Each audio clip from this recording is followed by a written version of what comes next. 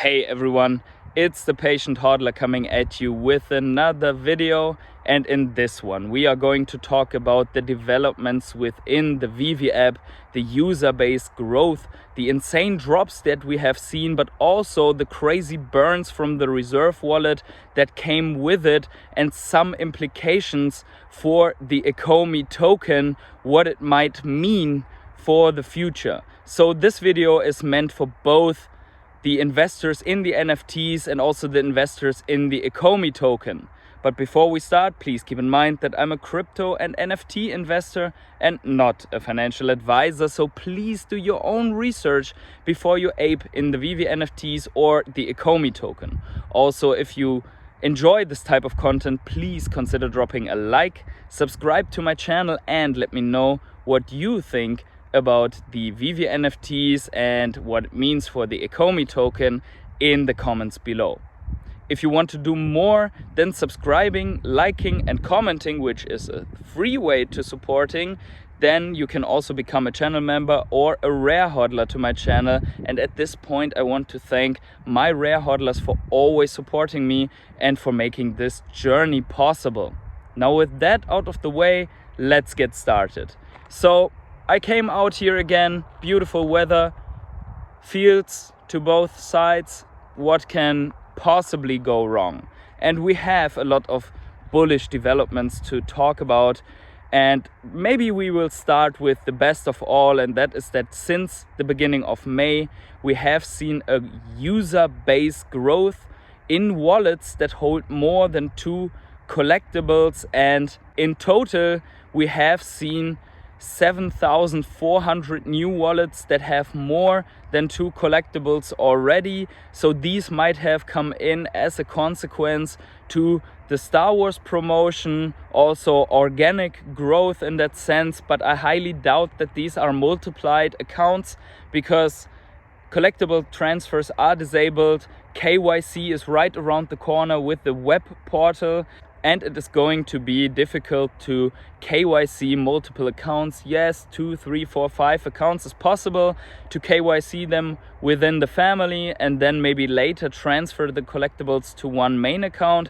but 10, 20, 40 is not possible anymore, which is also one of the reasons why we do not see as many bots on the app anymore. At this point I want to shout out Bravos Assassin, who has put out the statistics, and if we take a closer look to these statistics, we can already see that with more than 50 collectibles we are already on the app in the top 8% of the collectors. That is pretty insane, and that shows how early we are considering the massive drops that we have already seen on the app. If we consider now Spider-Man, we have seen Thor, Black Panther, we have seen Darth Vader yesterday, so pretty insane drops, and many collectors are just not aware that this app exists. So shout out to Bravos Assassin for putting that out, and it's also very good to see with my, I think, 270 collectibles in total, I'm already in the upper 2,000 wallets.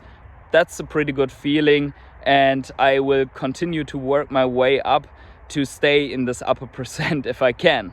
So in the last days we have seen really insane drops that if you would have told me this 1 year ago on the app, then I would have declared you as crazy. Star Wars lightsabers, Star Wars posters, Star Wars comics already in the beginning of the month, and ultimately an ultra rare animated Darth Vader that has breathing sounds and the lightsabers with all that sound.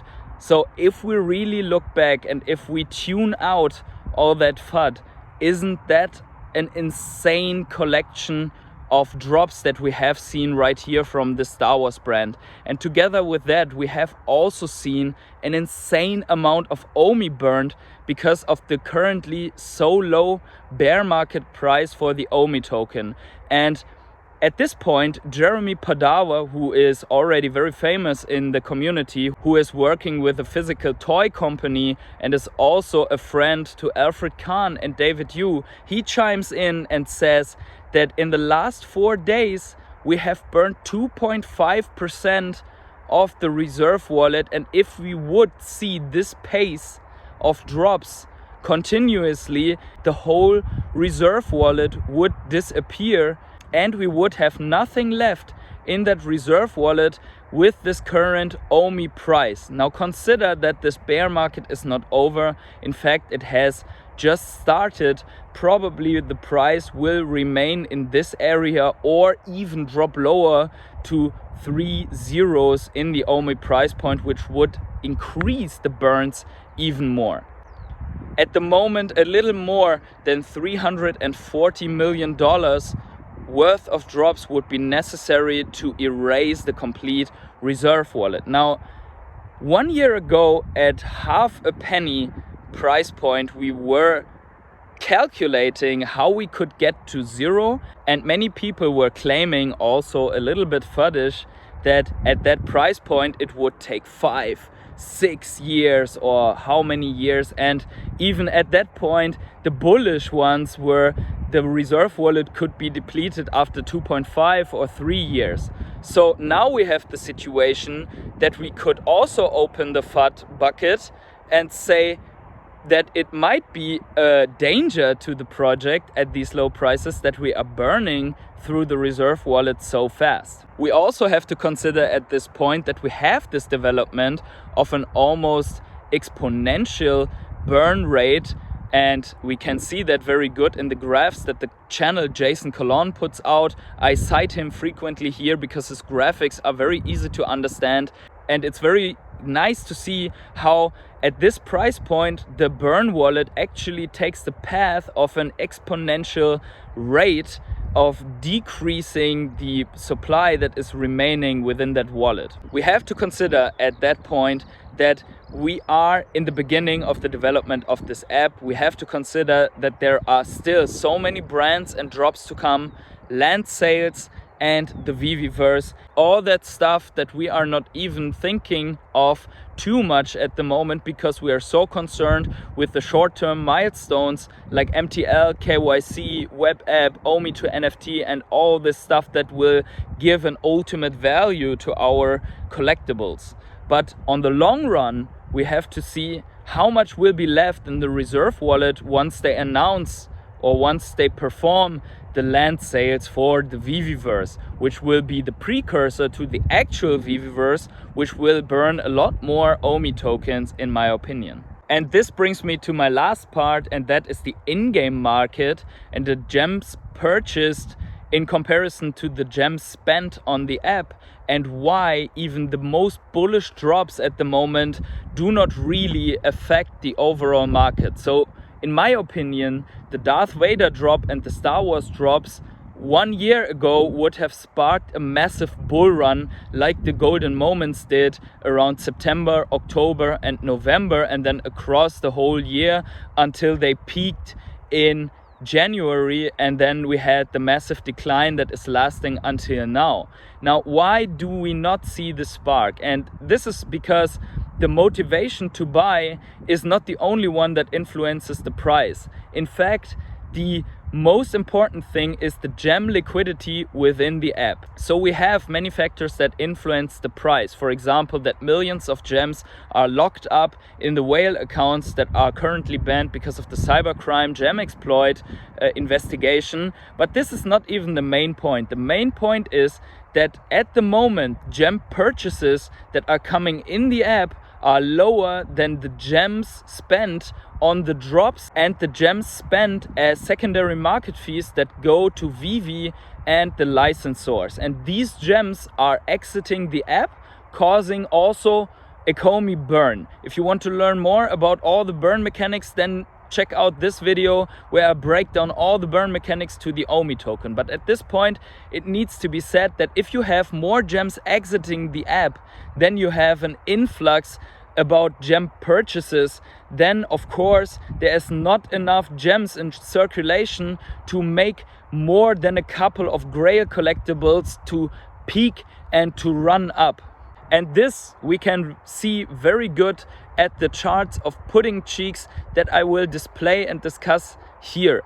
And one thing in this chart is if you access the link and then you go to, I think it's the 3rd page of this Excel sheet, we can see a very good comparison to the gems purchased and the gems spent on each drop. And we see that since 2 months, more or less, the gems purchased are lower, way lower than the gems spent on a drop. And every gem that is spent on a drop is 100% outflow of a gem, because it's 100% revenue and cash out to Veve. And then also the secondary market activities are iterating the gems out of the Veve app, which ultimately brings the market prices down. So big shout out here to Pudding Cheeks for putting out all this valuable data. We can see here how the burns have increased, how the gem purchases have increased throughout Star Wars, and maybe this will have a turning effect on the gem purchases, that we will see more bullishness in the community again. Some people have declared this community, this app and this project dead, and my opinion is we are far from that. We are very early. This massive volatility happens in markets like this, as it happens in the early stages of every good project. And I believe after the milestones that we are expecting for Q2, we still have a month on those to be in the new timelines that they have given us. After those milestones, I think we can really focus on the big things, the things that will bring this project forward, that will also lead them to roll out massive localization strategies, that will lead them to roll out massive marketing strategies, not only the ones that we have seen so far with the movie tickets or with a little bit of Star Wars. I think there is way more to come. But with that said, I am already at the end of this little video. Let me know in the comments below if you believe that the market can return, or will we go through a NFT winter also on the Veve app that will last as long as the crypto bear market will last. Let me know in the comments below if you believe that. And wherever you are on the world, have yourselves a great morning, evening, day, night or afternoon. Happy accumulating, and see you in the next video.